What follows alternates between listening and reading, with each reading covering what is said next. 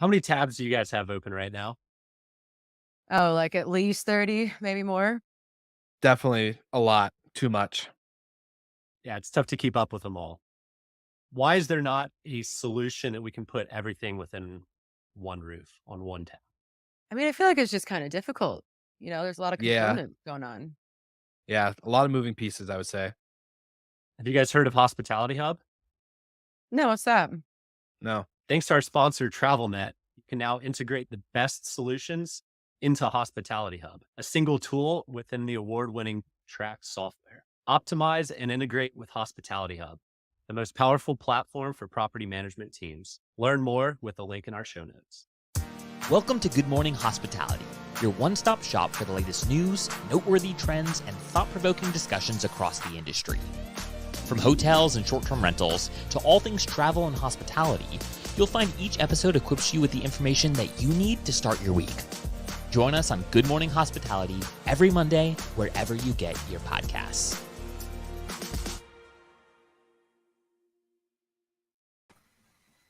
Good morning.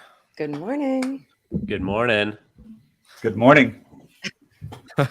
We got the full GMH crew online at once. It's a rare I moment. know. It's a rare moment in history. Yeah, it's great to all be together. This is fun. One big happy family, reconnected, reunited. How's your guys' week/weekend? It's good. Did some dancing. A lot more chills than Brandy's was, apparently. Way more chill. Anybody else recovering from oh no. Jamie, you're at a conference, right? Yeah, I was at the Hunter Hotel Investment Conference here in Atlanta. So that was home conference for me. I think there's about 2,000 people there, and broader hotel investment community. Sort of getting the update on what's going on in the short-term rental industry was pretty exciting, but not nearly as exciting, I think, Will, as the STR Wealth Conference that you were hosting. How was that? Oh, it was great. It wasn't about a lot of investment in hotels. There was some boutique hotel talk, which was really fascinating to see the amount of STR owners and operators trying to shift that way. But it was great. Me and Julie George crushed it on stage. Got to MC a little bit, have a little fun, try to get the audience engaged and keep them on track. So it was a good time. Can't complain. I'm a little sick though. This weekend I would have gone dancing and had fun, but I been recovering, trying to Did you take have a to break. stay in all weekend, Will? Yeah, it was a real bummer. I missed out on brunch. Oh no. Yeah, big bummer. But all is well. All is well. Michael, how was Donuts with the Sun with Oliver? Every Saturday. Good. It's probably been going for 2.5, 3 years at this point. So yeah, we've got our Saturday morning routine. Love it. That's so Love cute. it. You're living the life that we all wish we had, for sure. Yeah, real wild. Well, you guys want to jump into some stories before we go into the main topic of preventing a crisis in our industry? Let's do it. Jamie, why don't Awesome. you kick off, since you had a special guest on your show the other day? Yeah. So I had sent this one in on last week, March 21st. Placemaker landed a $65 million raise to fund their next level of growth. And Placemaker is a urban short-term rental operator, sort of operating in the sort of combination between the multifamily and hospitality space. They're formerly known by Y Hotel, doing sort of pop-up short-term rentals in multifamily buildings as a lease-up. And now they're sort of moving and much more into sort of permanent short-term rental operations, but combining both short-term, mid-term, long-term rentals all under one space that really optimizes the profitability for the real estate, which is, I think, the future. It sort of opens up our industry, the hospitality industry, into so much more potential supply. and bringing in and a lot of options for existing tenants and things like that. It's and the growth that they've seen has really been amazing. And in the space that they're operating in, sort of the urban environment, sort of not only making it through COVID and able to see it on the other side, but now and a $65 million raise is pretty impressive. And just a shout out to Jason. I had interviewed him, their CEO, on our podcast, AirDNA, the STR Data Lab, a few months ago, and he talks through his business, the outlook, and what he sort of sees as sort of the future of hospitality real estate. Jamie, I read it in one article that they're going to be buying properties. Is that true? It didn't seem accurate. Yeah, I don't see that they're buying properties. I think I'm finding partners that are going to be buying properties that they can manage. But I don't think, and with this raise, they're actually spending that to buy any assets. Makes sense. I was trying to figure out why they sounded super familiar. I forgot that they were once called Y Hotel, so I was like, oh, now I know who that is. Everybody's raising and changing their names, apparently. So, Yeah, it's a trend. wild. It's good to see urban operators are getting the money that seemed like it was drying up with, how Saunders not doing very well in the public markets, and a few others have kind of faded away out of the picture. So it's good to see at least a few are holding on strong and chugging away and keep on building. So well done, Romy. Yeah, and well done, Y Hotel / Placemaker.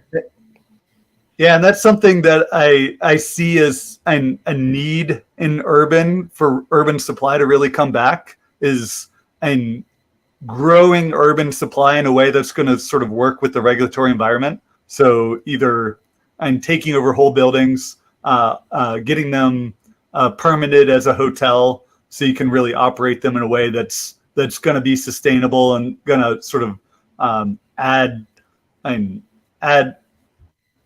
to the supply in a good way.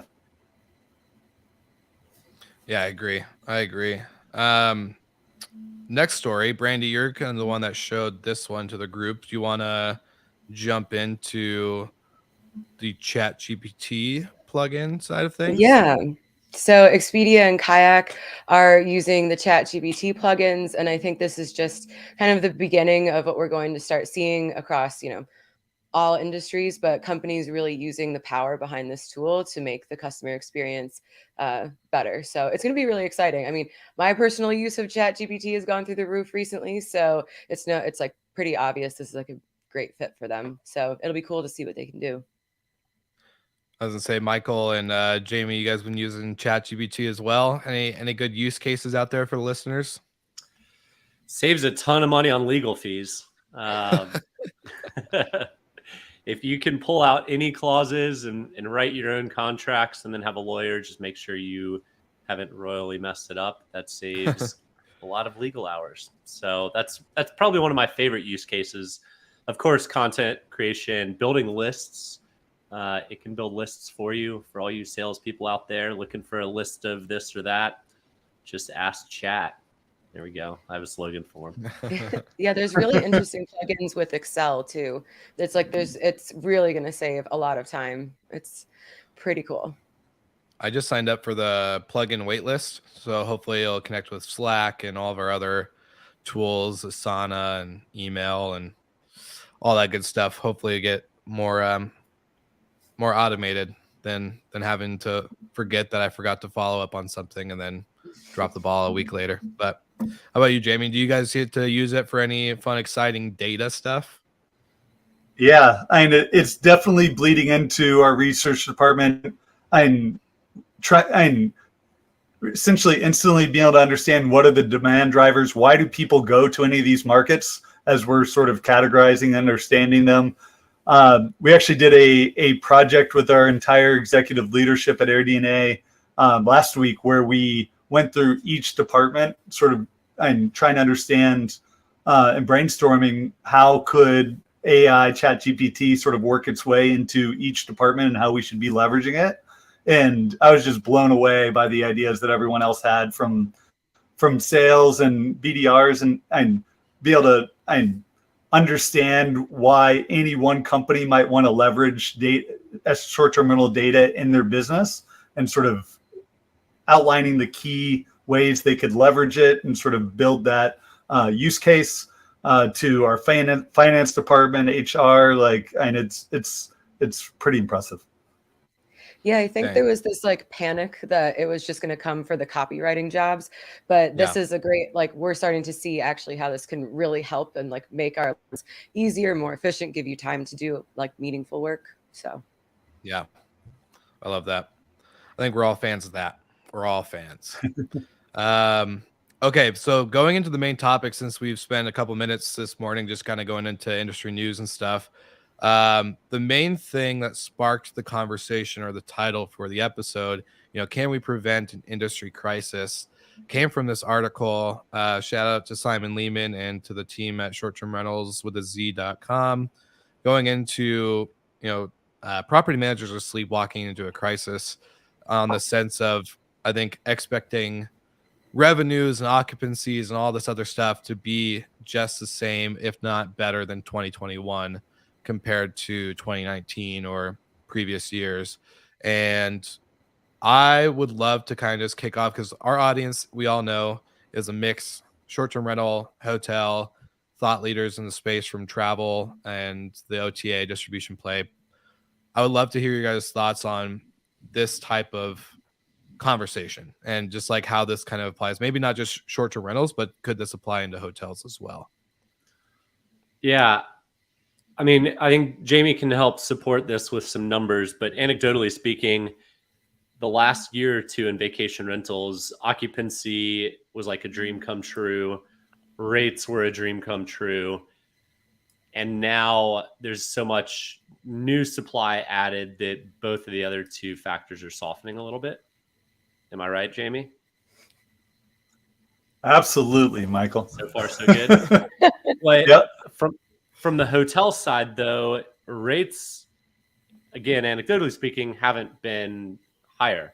They keep going up. Occupancy might soften a little bit, but hotel rates are not slowing down. That might be a force function of labor costs or other rising costs.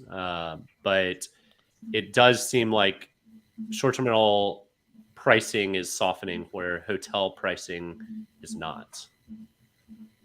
Jamie? Yeah, and it's really a function of where we are in the cycle. So you think of the business cycle and of when and where new supply is coming in, and maybe putting some dampening factors on occupancies.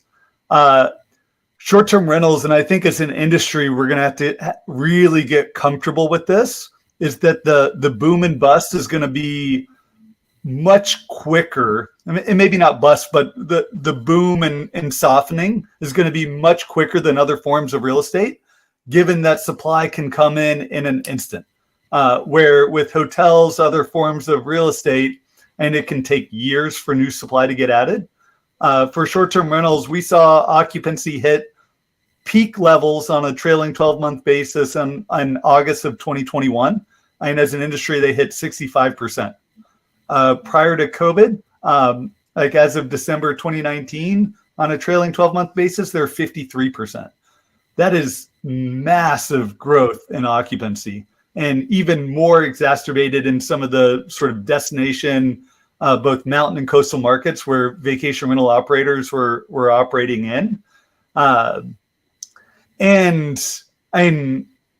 for me coming in from and having forecasted the hotel industry for 10 years before I joined short-term rentals, and joining the industry in October 2020, and sort of getting going and setting our first forecast, and we launched them in the beginning of 2021, it was very apparent from the beginning that the industry was going to see a big decline in occupancy levels, that they weren't sustainable, and that we weren't necessarily going to see a reversion to pre-COVID levels, but they had to come down.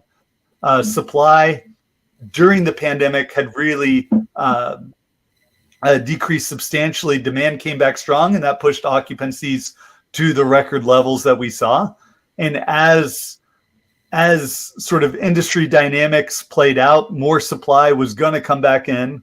Those excess profits that all these operators, property managers, owners were getting were not going to be sustainable long term, and that they were going to come down as new supply came back in.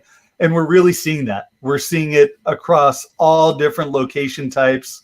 And in February, on a year-over-year basis, available listings were up 26%. And that's massive growth as we look back through the history of the industry.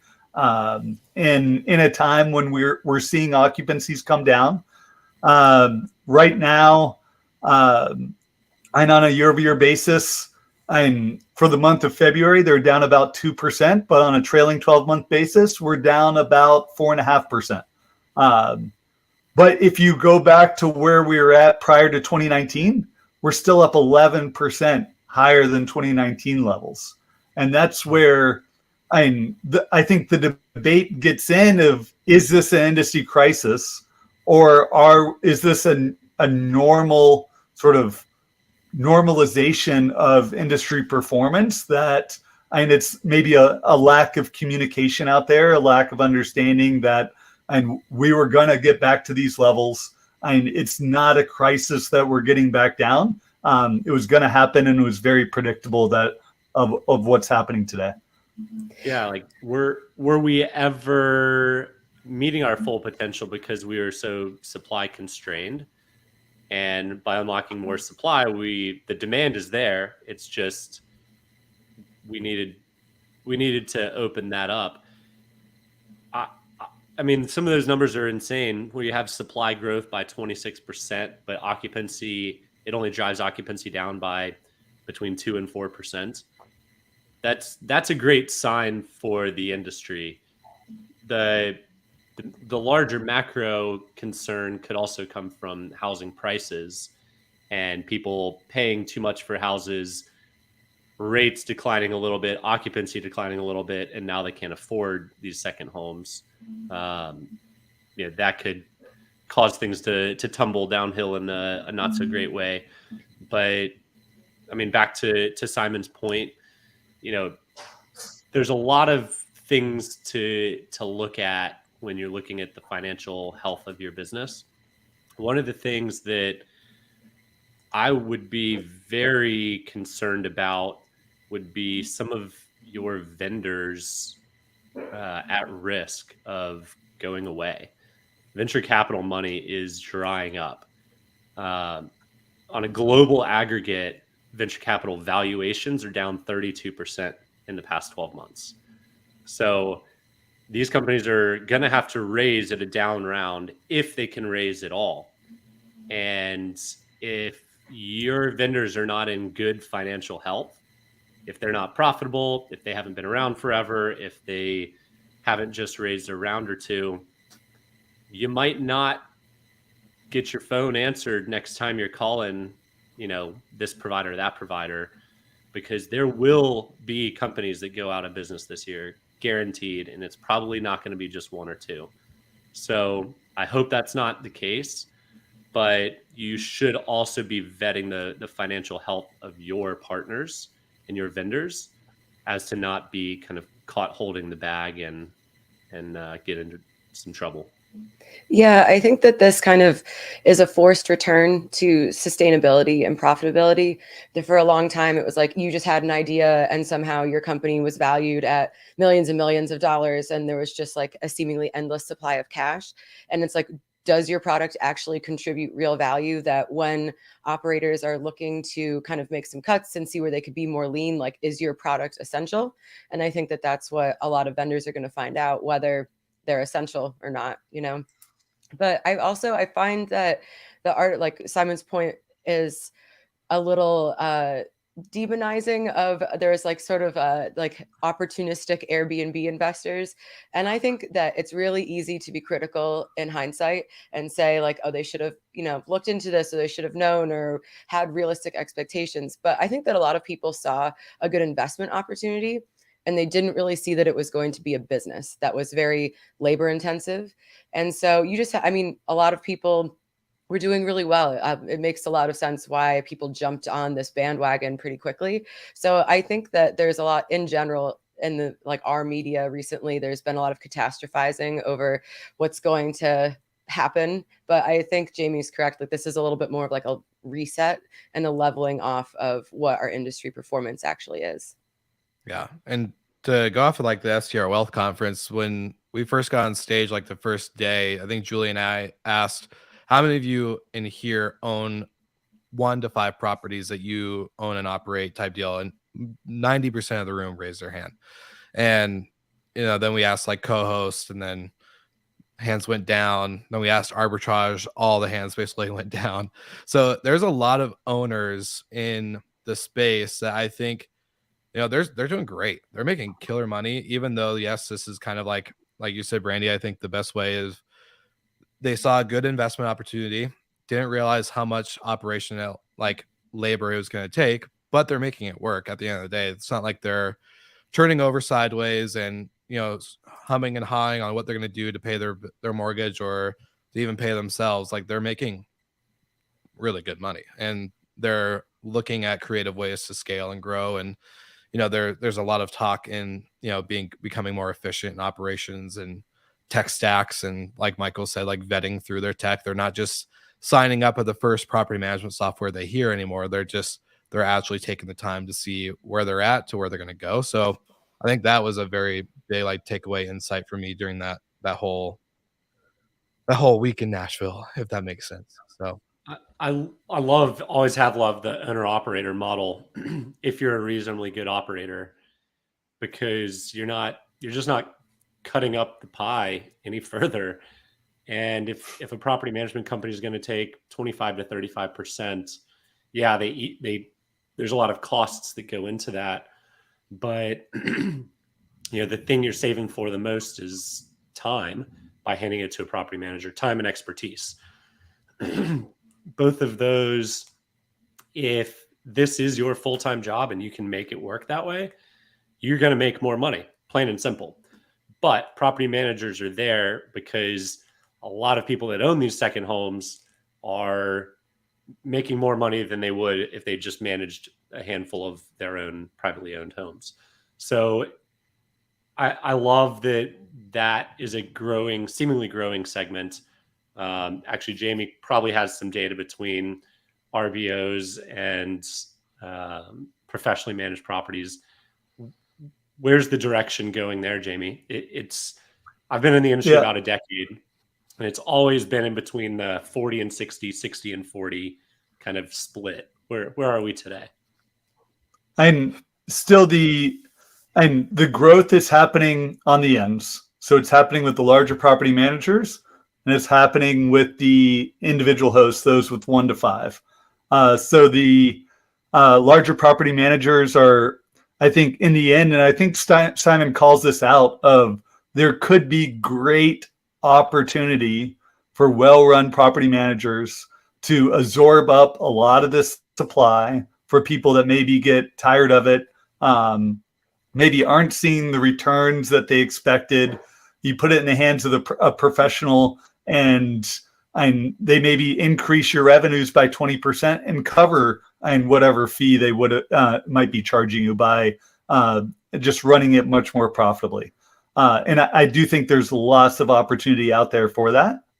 But even so, there's still massive growth happening on the individual side, especially in some of the sort of larger cities, and even some of the small and mid-sized cities that are just seeing renewed growth in the past couple of years of people wanting to travel to those areas, and that's continuing today.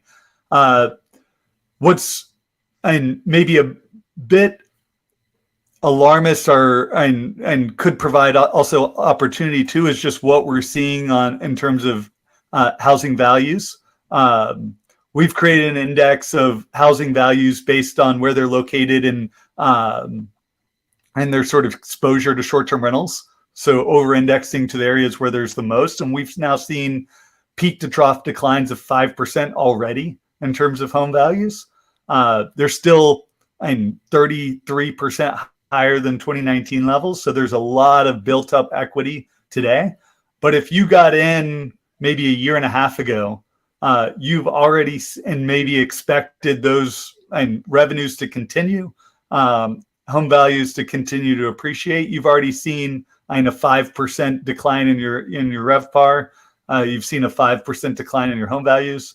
And maybe that's where it gets a bit alarmist of, and if you underwrote both of those to continue to grow, that you've maybe already seen an erosion of 10% of your equity there. There's another component of regulation that I think is going to be, a continuing factor. New Orleans just passed some STR bans, or not bans, but restrictions and things like that, and that just keeps cascading across the country. So I think that provides for the people that already have properties in those areas, it's probably good because you're going to be the only show in town. But I think that the regulations will start to restrict the increase in supply, especially more like single family home residential areas, because that seems to be like the biggest source of contention these days. For sure. I would love to ask a question kind of going into Michael's point earlier with like vetting the financial health of your vendors.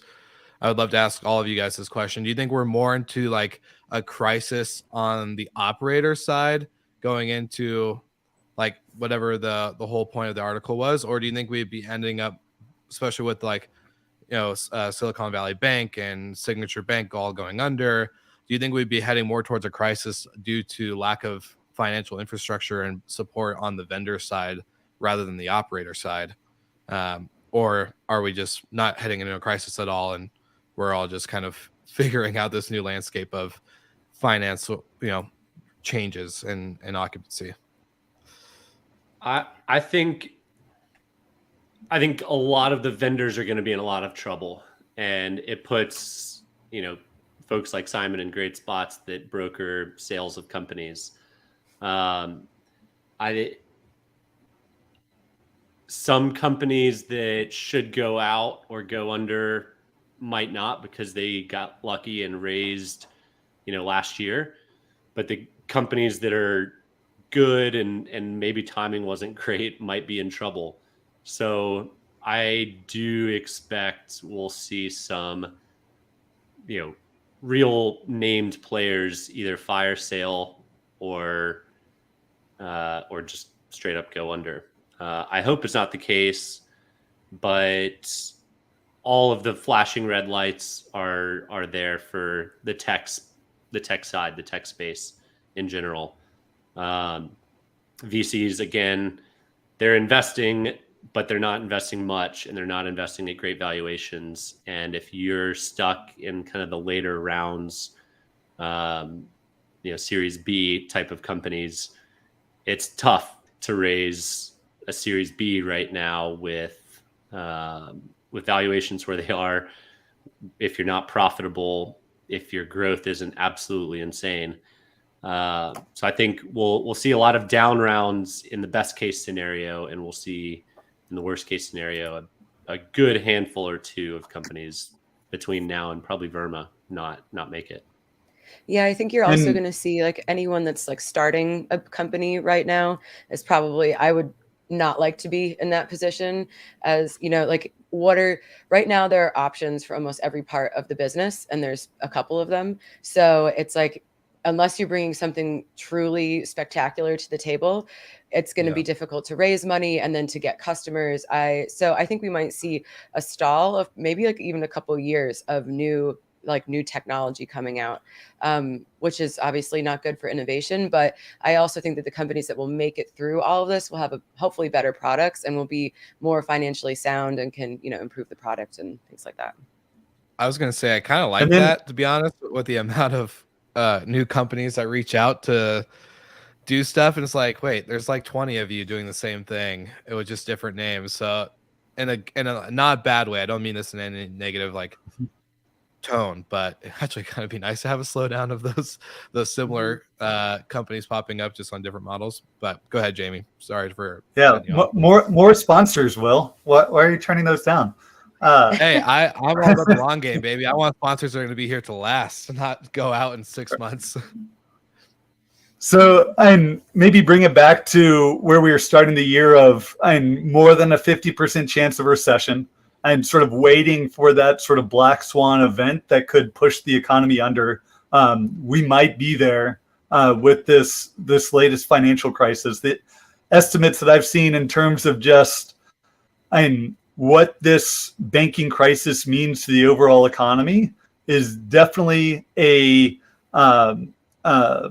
tightening of lending standards. And with that tightening, essentially the equivalent of the Fed last week announcing like a 50 to 100 basis point increase in interest rates in terms of what that means for overall slowing of the economy. And if now all of a sudden small, medium-sized businesses don't have the ability to go out and either raise or borrow money to fund their expansion or for additional hires, and that's going to put a limiting factor on growth, and that we could very well be sitting here in Q3 of this year in a recession, and knowing what recessions mean for discretionary income and parts of the economy like the hospitality sector, that's concerning.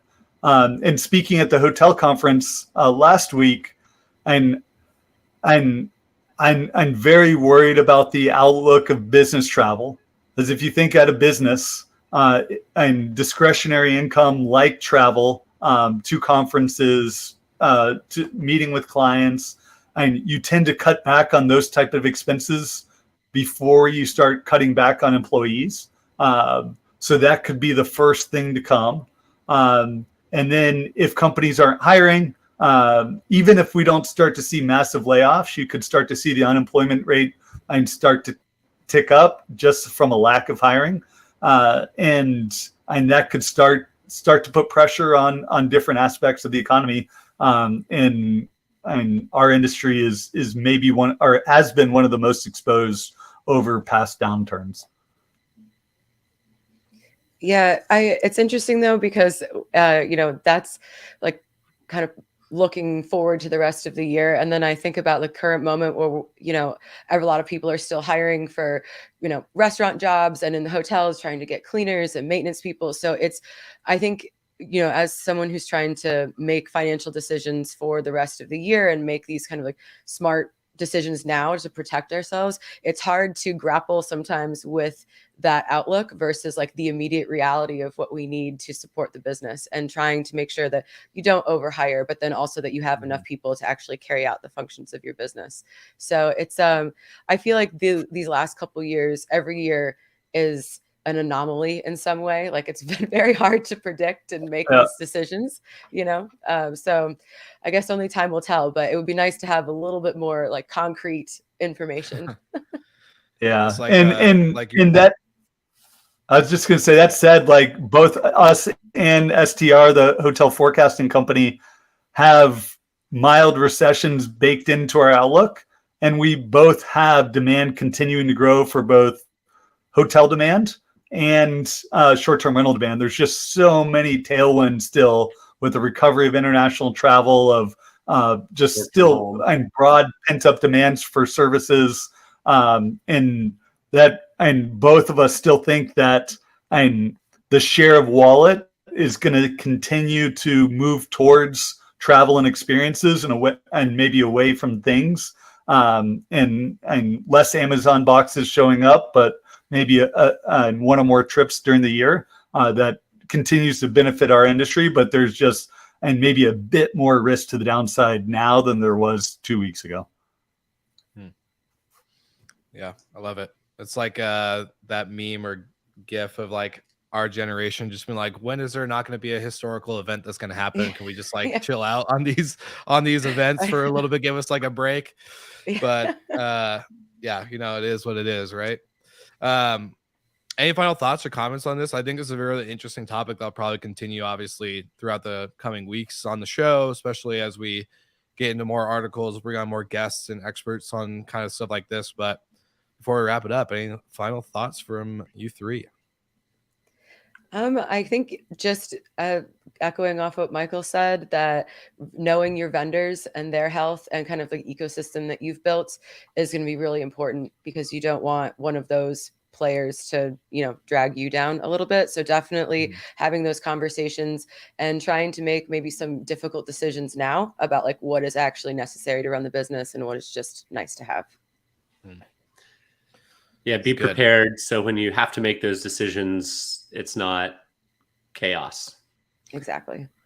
How about you, Yeah, Jamie? and even for operations, and maybe this is maybe one of the points Simon was trying to get to, of do downside planning in your own business.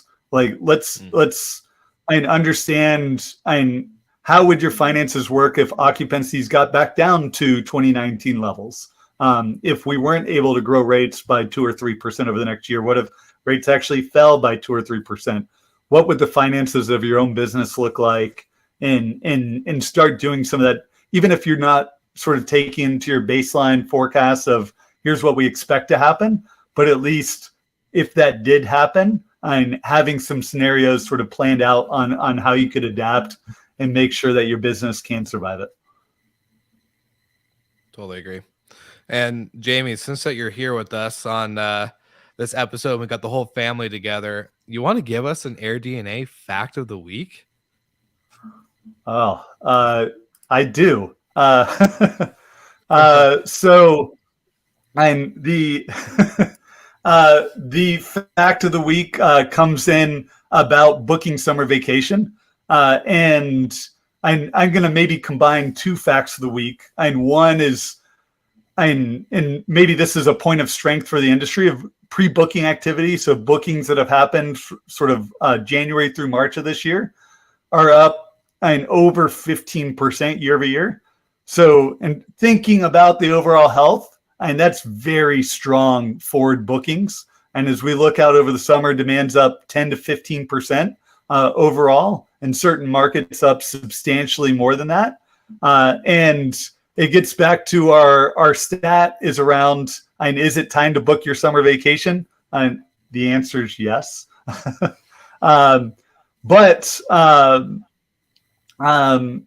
And something to think about is just, and for operators, how you're pricing discounts, and as you're a guest, how you might be able to take advantage of those discounts. And on average, guests save about 9% by booking 2 weeks ahead.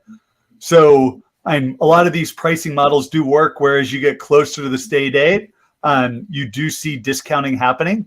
But as we all know in short-term rentals, not every unit is the same or can be treated the same. And if you want to get the best homes and the best locations, you've got to book now and book those well in advance. I love it. Well, you can get your own AirDNA fact of the week by checking out the link in the show notes and using code GMH20. And for the rest of our listeners and viewers, we look forward to bringing more episodes to you. Like and subscribe. Make sure you send us comments, what you like, what you don't like, what we can talk about in the future. And we'll see everyone again next week.